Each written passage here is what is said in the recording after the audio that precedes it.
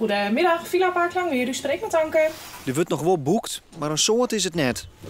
Dan kom ik uit op een geschakelde bungalow. Die heb ik nog aan het water beschikbaar. Hier bij Villa Park Langwaar is nog maar de helft van de huizen verzeind voor de peeske.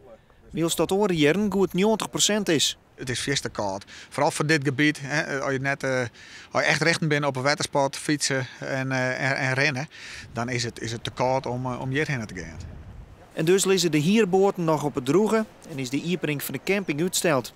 Die zou eens dit weekend niet hebben, lijkt als altijd, maar er is geen wetter. De wetterleiding is vanwege de frost maar weer aansletten. 2 weken geleden het wetter op een camping erop zetten. We gingen de haven hier wel het wetter erop. Nou, campingen weer al, alles weer ontluchten. Alleen het skiphuis viert en daar spoot het wetter letter tot dak en ta. Dus we hebben eigenlijk even te let bij om het spul er weer uit te halen.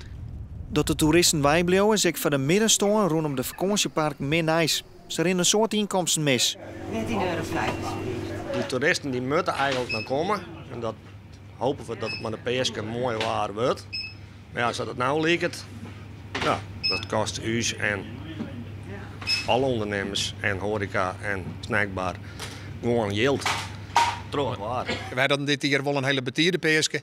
Maar altijd mooi waar is, hebben we gewoon een hele berg meesken. En dat is momenteel een beetje minder. En het gaat sowieso net zo goed.